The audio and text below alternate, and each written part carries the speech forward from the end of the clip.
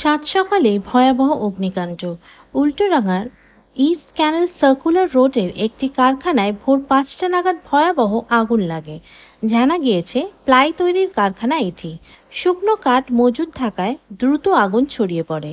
স্থানীয় বাসিন্দাদের অভিযোগ, দমকল দেরিতে আসার কারণেই আগুন ছড়িয়ে পড়েছে। বর্তমানে দমকলের 4টি ইঞ্জিন আগুন নিয়ন্ত্রণের চেষ্টা করছে।